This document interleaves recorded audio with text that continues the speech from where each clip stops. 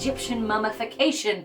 If you're wondering what is mummification, well, don't worry, I'm about to tell you right now.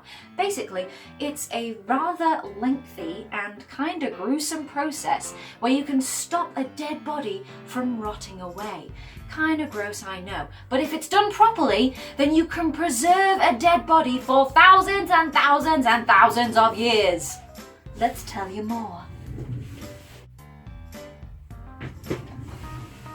But why did ancient Egyptians do such a crazy thing as mummification? Well, that was all to do with the belief that the body's spirit, its car, not a brum brum car, not a beep beep beep car, but a spiritual car, would journey to the afterlife, but it would also need to return to the body for nourishment and sustenance on its long journey. So that's why you had to preserve the body, to keep it protected and safe for the spirit to return to. But who would be mummified? Well, anybody could be mummified, providing you had enough money to do so.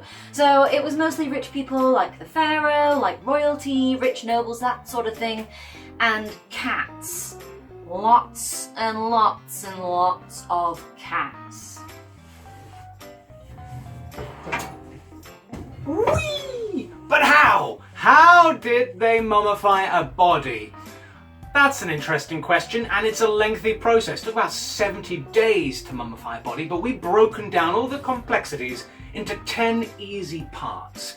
Part 1. First of all, you have to wash the body. No one wants to be working with a stinky dead body while it's busy being mummified, so instead wash it with some wine, some nice sacred wine, maybe a nice Pinot Grigio or something like that.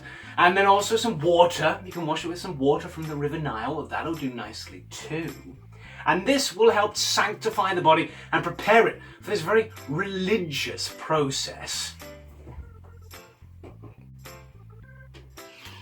Step 2. Take out the brain. Remove it from the skull. If you're thinking that sounds complicated, you're right, it is. First of all, make a hole up the left nostril into the skull. Take a big old stick, shove it up that hole and whiskey it to try and detach it from the inside of the skull, then rip it all out through the nostrils. Then what do you do with it? You chuck it away. You don't need it. You see, the Egyptians thought that the brain was just complete rubbish that you didn't need. So you can just chuck it away. Feed it to your dog. Make it into a nice hat. I don't know. What do we do now? We need to take out some of the other organs. To do this, you make a little incision along the left side of the body, stick your hand in there and start pulling out some of the organs that you're going to be placing into some canopic jars. So that's the lungs, the liver, the stomach and the intestines. Make sure you leave the heart in there though. That's important. You'll need that for later. We'll talk about that in a mo. I'm going to go this way. Whee! Next, step 4. Adrian mentioned about canopic jars. Next, you need to put these organs inside canopic jars. Canopic jars are fancy jars that protect organs. Now, each of these jars has a different animal head on top of it, representing the god that protects that specific organ. Yes, indeed, you have to make sure you put the right organ in the right jar. Do not, whatever you do, mix this bit up. Let me explain. So, you might get yourself first perhaps, the baboon-headed jar. That looks a bit like this. And the baboon-headed jar is happy, and he looks after the lungs. That's where you stick the lungs. Next, perhaps grab yourself the falcon-headed jar. This is Keystages, and Keystages looks after the intestines, so it's quite a big jar. Next, grab yourself the human-headed jar. This is Imseti, and Imseti looks after the liver. Finally, last but definitely not least, is the jackal-headed jar. This is Damatef, and Damatef looks after the stomach. So whatever you do not mix those up, keep them in your brain. And then, once you've popped those organs inside the jars, we go on to the next step.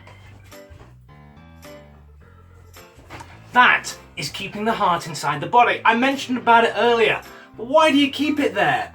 Well, the Egyptians believed that on your journey to the afterlife, you would have your heart weighed. and weighed against the weight of the feather of truth. That would determine if you could go to the afterlife or if you would be devoured by a hideous beast called Ammut. So whatever you do, leave the heart in there, otherwise they can't get to the afterlife. Step 6. Dry out the body. It's essential. It must be dried out. To do this, pack all the big old holes you made in the body from taking all the organs out with natron. This is a special type of salt.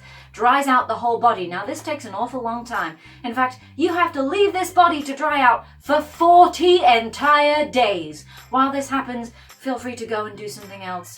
Maybe do some reading, chill out, go for a swim, that kind of thing.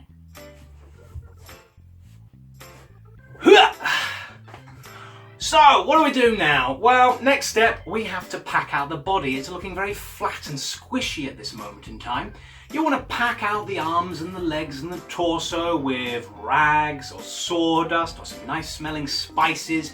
You can give the person some nice big biceps if you want, so they look really, really strong. Some enormous shoulders. Don't forget to put some embalming fluids on the skin as well. Keep them nice and moistened so that they don't tear and look horrible when they get to the afterlife. Hiya! Step 8. Wrap the body to make it look more like a mummy. Get yourself some linen bandages. No, you can't use toilet paper. It doesn't work. I've tried.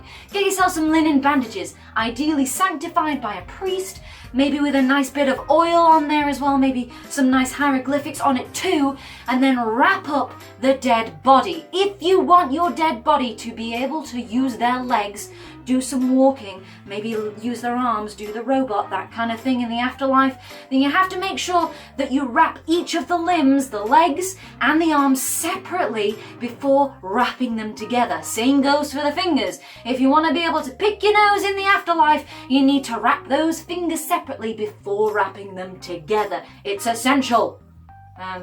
This way.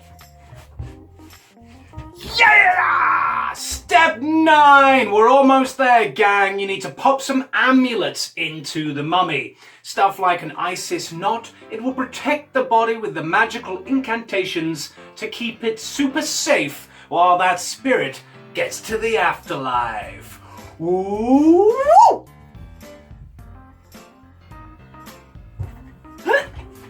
Step 10. We're on the final one. You're welcome. Step 10. You need to stick the body that you've just wrapped up inside a sarcophagus. If you're wondering what that is, it's just a fancy name for a coffin. So put it in the coffin, then put that coffin in another coffin, and then put that coffin in another coffin, and so on and so forth until you feel you've got enough coffins. And then put that with all of the coffins inside the tomb, along with all of the fancy belongings and all of their exciting bits and bobs that they'd like to take to the afterlife. Yes, that has to be inside the tomb as well, otherwise they can't use these things in the afterlife.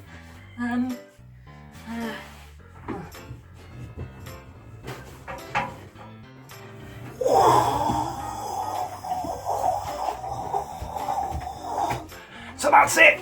All 10 things you need to know about how to mummify a dead body if you are in ancient Egypt. Thanks so much for watching our video, we really do appreciate it.